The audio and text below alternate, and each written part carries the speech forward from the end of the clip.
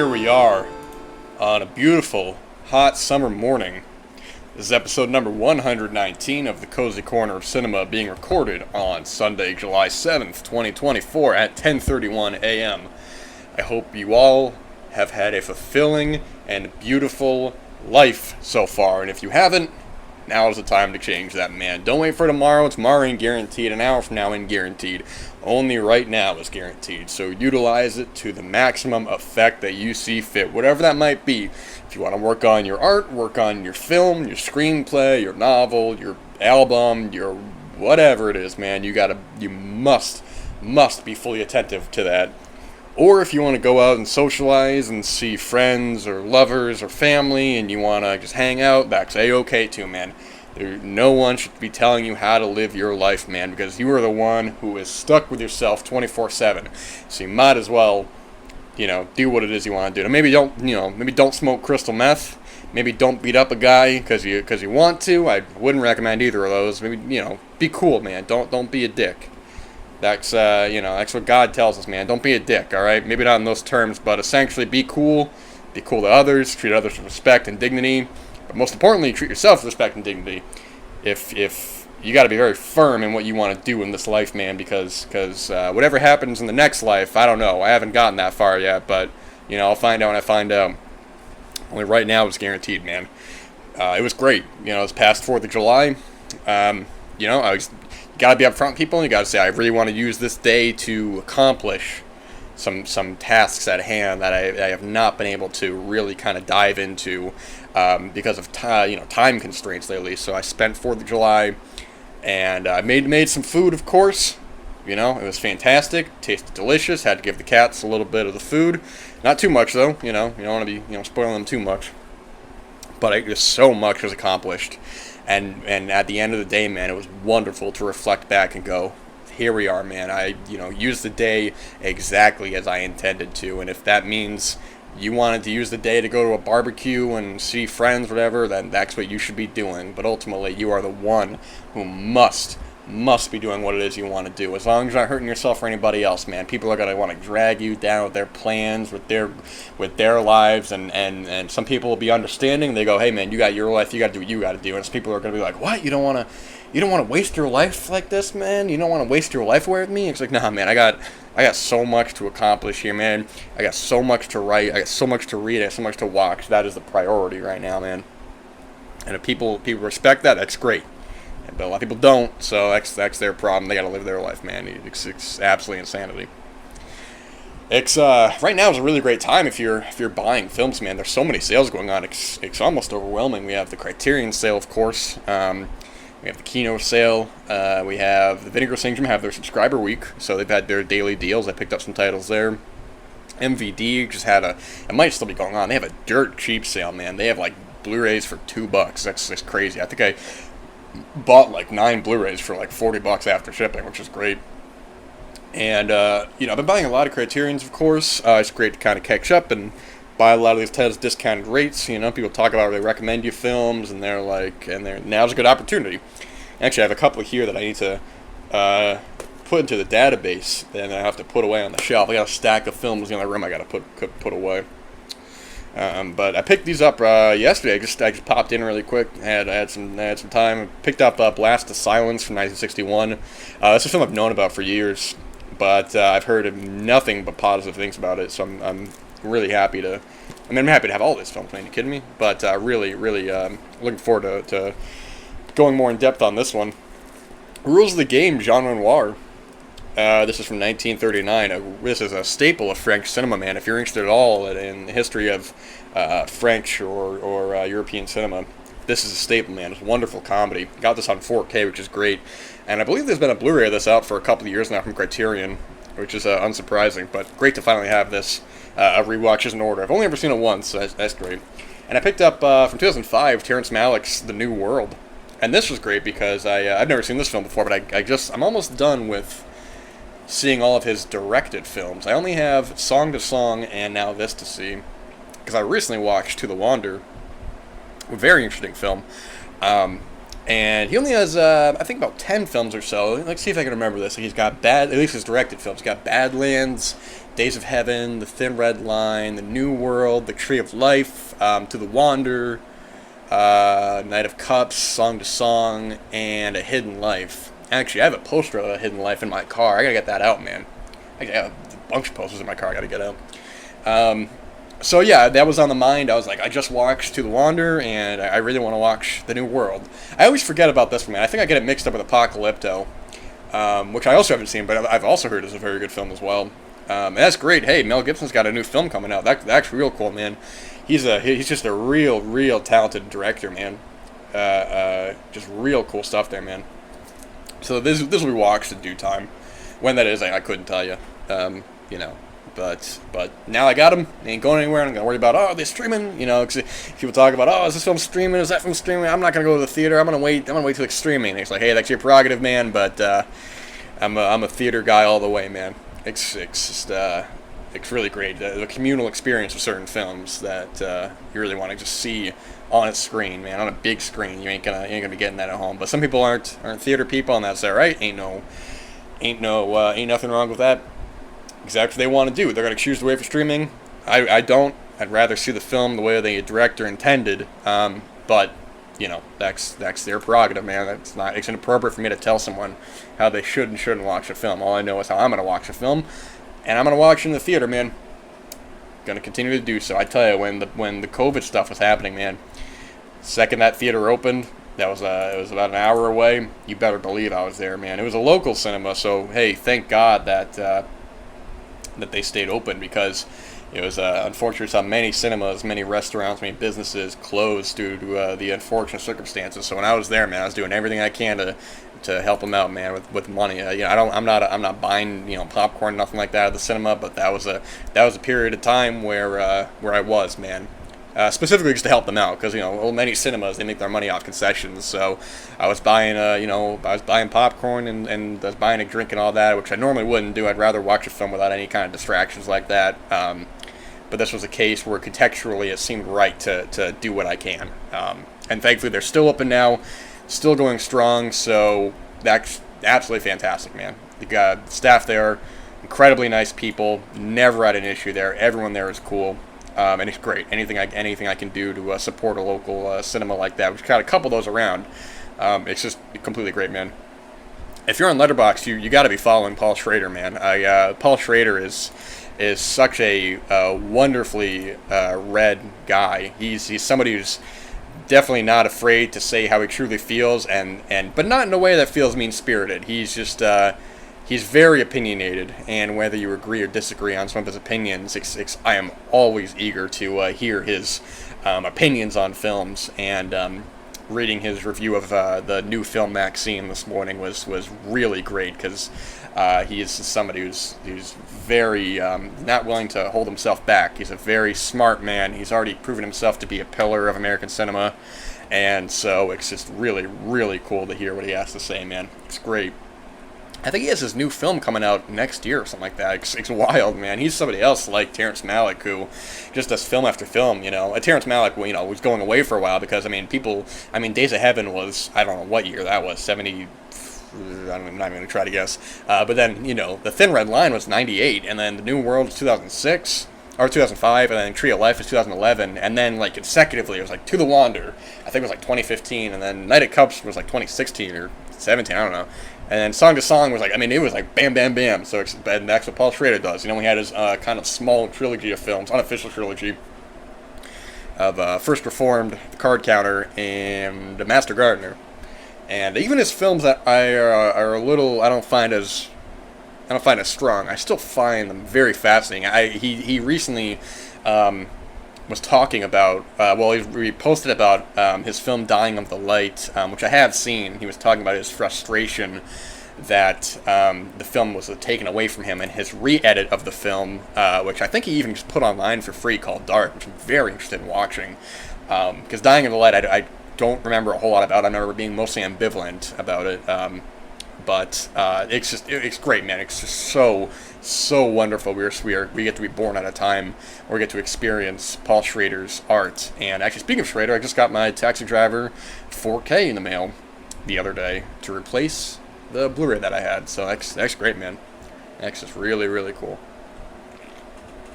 Last time I talked about Bernardo Bertolucci. Well, I was trying to talk about The Last Emperor, and then I got distracted, by no one other than myself. If you listen to the show long enough, you know that I'll trail off. But The Last Emperor. Oh, I also got to say, there I am trailing off again. I finished Last Tango in Paris, and what a wonderful film that is. What a great film, and it's great to record these films off TCM, because all of those hosts, all the men and women there, are all insightful, knowledgeable film experts, and I always love listening to the intros. Sometimes I forget to listen to the outros. That's my own bad, but it was great hearing Ben Mankiewicz talk about the film and contextualizing it, the controversy around it, and giving, like I said, some context to the film. But the film itself, I think is really excellent. Bernardo Bertolucci is such a great filmmaker, and The Last Emperor, 1980. What did I say? It was 87. 1987. It's like I said, I've seen it theatrically recently. It's a film I had been putting off, not even, maybe somewhat intentionally. I knew it was an epic of a film, and I wanted to see it theatrically at some point, and the opportunity arose itself, and my gosh, man, what a wonderful, wonderful film, talking about the end of an era in China, in ancient China, the early 1900s. I believe it starts off in 1907, I believe, going up to the 1960s. A change where this certain regime in Chinese authority is changing over from a traditional, I don't even know what the word you'd use, a monarch, I suppose, to more of Western influence in the world. They talk about how they don't have emperors anymore. They have presidents, and we have Peter O'Toole in the film who comes to teach Puyi about life, about is a teacher to him, teaching him about these outside kind of forces, like even simple things like riding a bike. It's just so great. It's a grand film. It's on a grand scale. It's funny. It's a film that I think I always kind of imagined as one thing. But the film, I mean, a lot of the traditional monarch era is really only the first half of the film, and the second half, when you get to the 20s, the 30s, the 40s, we also jump back and forth in time, following this character based on a true story, of course. I know there are some, which I assume so, historical inaccuracies to the film.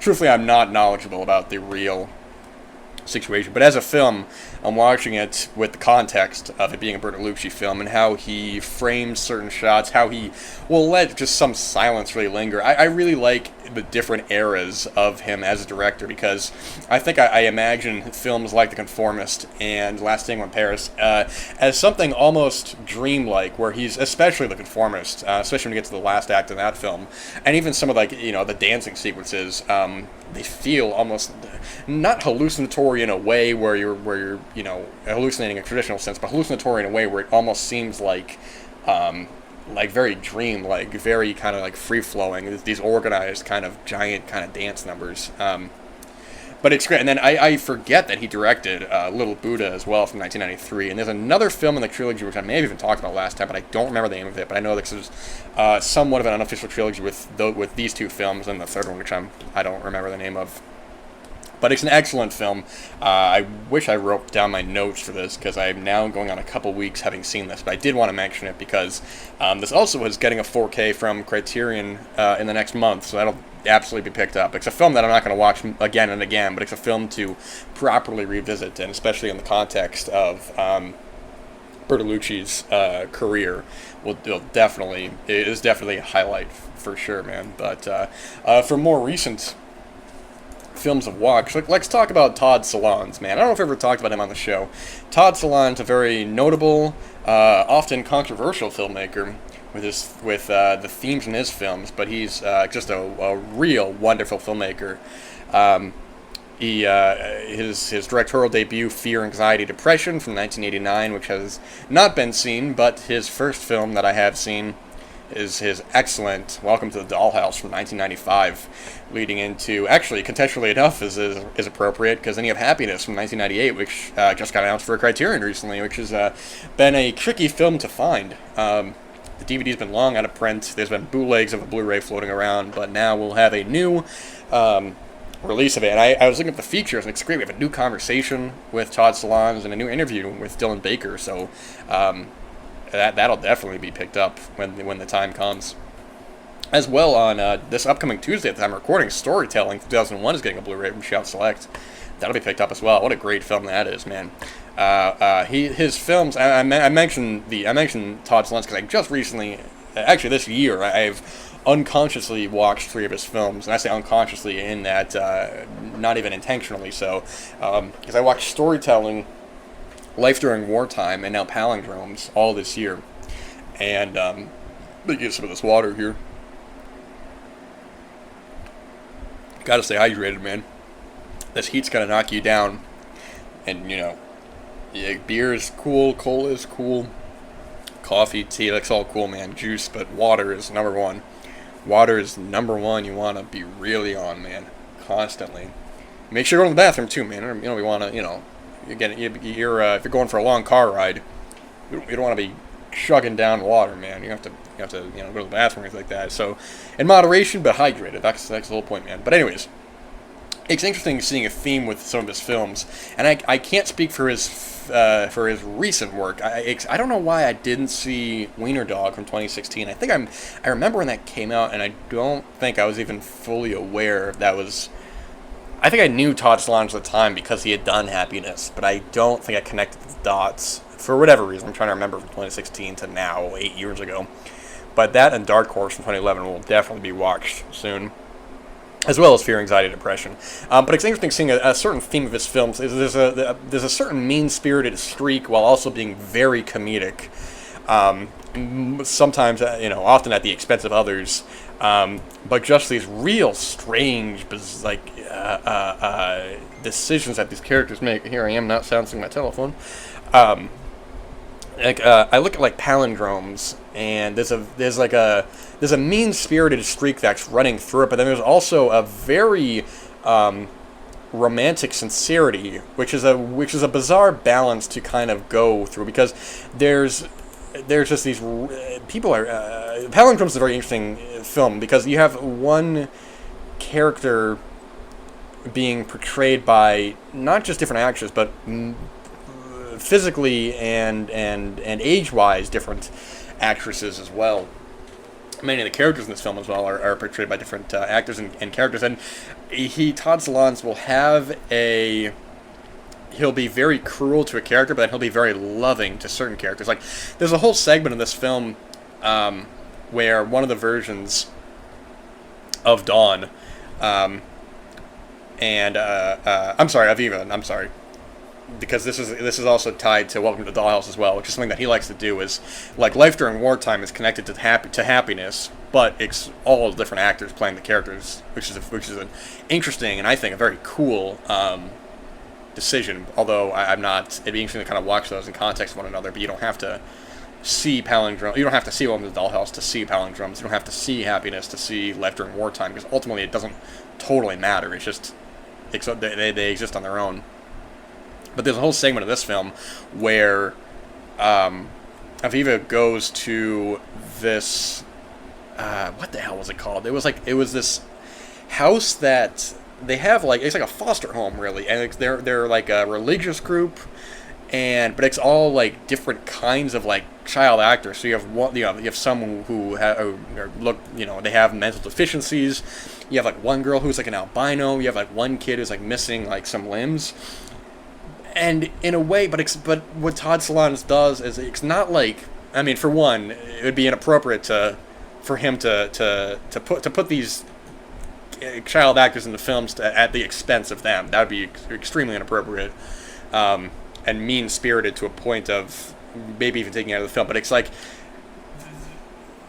by spotlighting these kids, it's very loving, and it's not making fun of them, and it's not making fun of this religious kind of group, because they're singing these songs, and they're really into it and stuff, and it's like it's just a part of this character who has been through these situations, that a traumatic life as is, being put with this group, and because it's Todd Solondz, in a way you might be waiting for something mean-spirited to happen, but it really isn't that. It's really loving in a way that there's a fine line that he uses his characters, where it's funny, but it's never.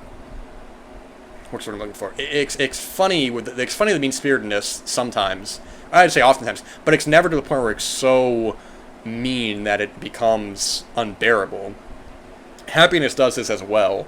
I think most famously is that it's a very dark film, but it's also a very funny film, and by what's the word I'm looking for?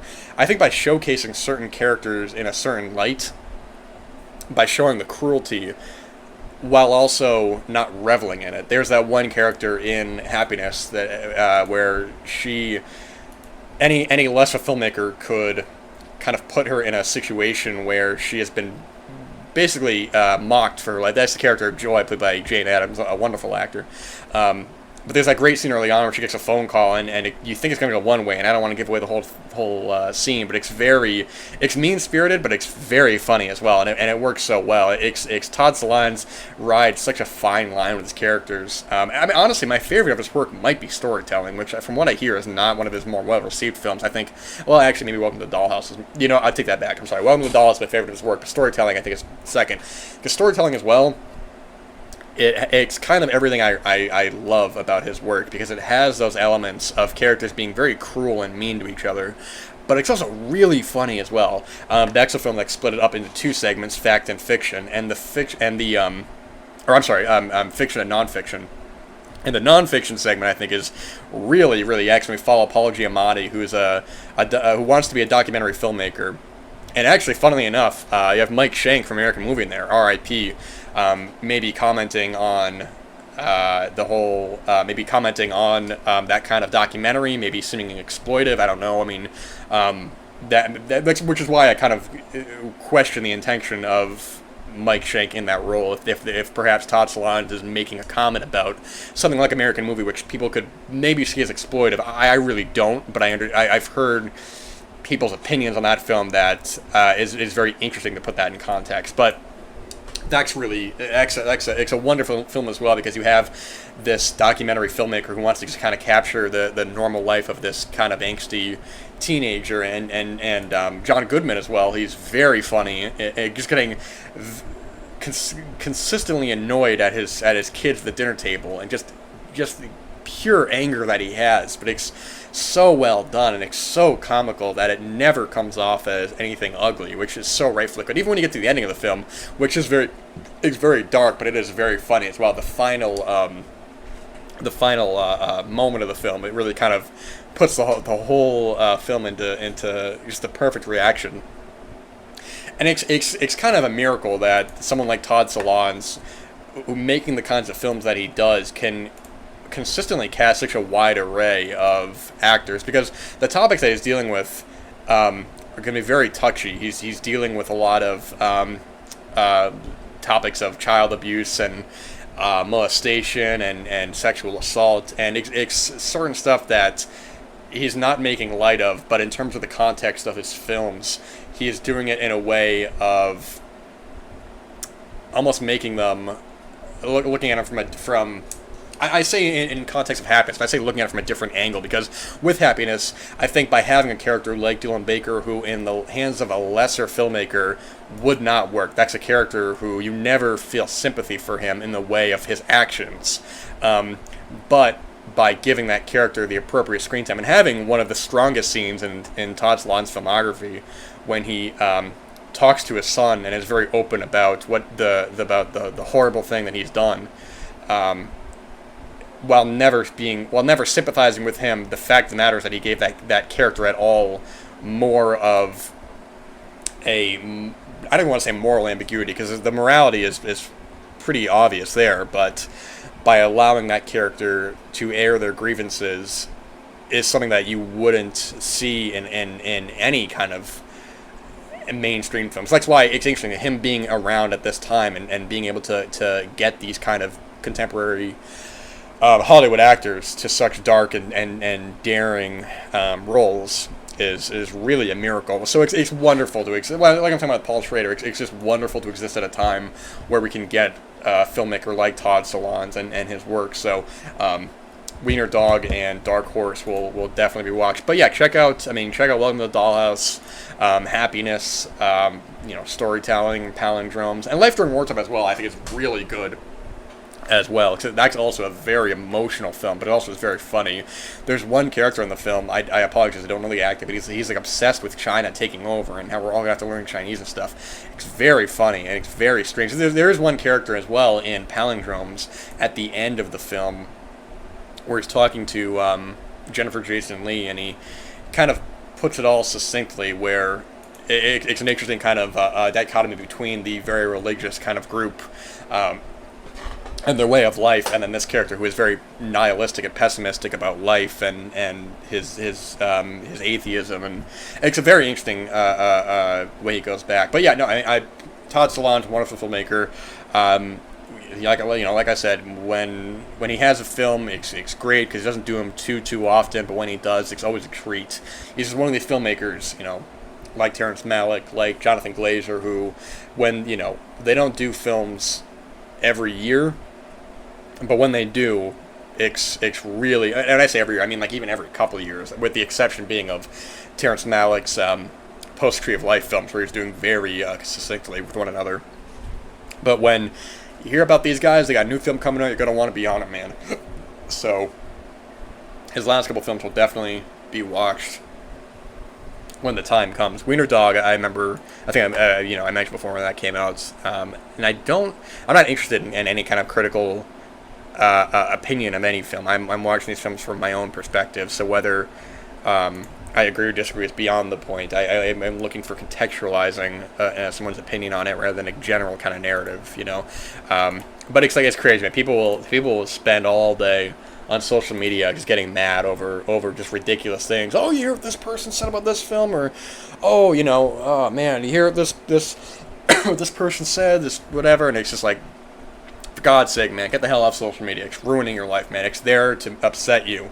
It's ridiculous, man. If I'm on social media, I'm looking at my acquaintances, I'm looking at my acquaintances because I actually have some context there, rather than Joe Schmo, a voice in the unknown that, who is this person? What, oh, this is the worst film I've ever seen. Oh, it's like, okay, who are you, man? I don't even know who you are. Now, if someone I know says this is the worst film I've ever seen, I'm going to be like, oh, okay, well, I'm going to get on this, man, because now I have context. Do I agree? Do I disagree with this person? I don't know. It's even recently seeing a film that I perhaps, I truthfully, I wasn't a fan of, but then I have acquaintances who were really into the film, and that's great, because now I have context, because I know this is more their kind of film than it is my own, and I can assess the situation. Or if somebody's like, hey man, you should check out this film, I recommend this, and I'm like, okay, what's the context behind their opinion on the film? Have I agreed with them in the past? Have I not agreed? I'm not going to not see a film that I don't agree, but I am going to have an idea of going, oh, okay, interesting how they like this film, or don't like this film. That's actually all that really matters, man. But with that said, I'm rambling on now. It's a beautiful, beautiful day outside, man. You got to be in control of your own life. You got to really, really, really be at the forefront of what you want to do. You have to work on what it is you want to work on, man. And for me, there's so much to get done. There's so much writing to get done. There's so much reading to get done. So much watching to get done. I will never be able to do it all, but by God, man, I'm going to do it every single day. I'm going to keep that repetition. I'm going to keep that flow going, man. I ain't hanging out. I ain't sitting around staring at the wall and going, hey, how's the weather today? Oh, it's good. Yeah, you want to stare at the wall with me? Okay. It's ridiculous, man. You got to lead your own life. But that's beside the point, man. I hope you all have a wonderful day or night whenever you're listening to this.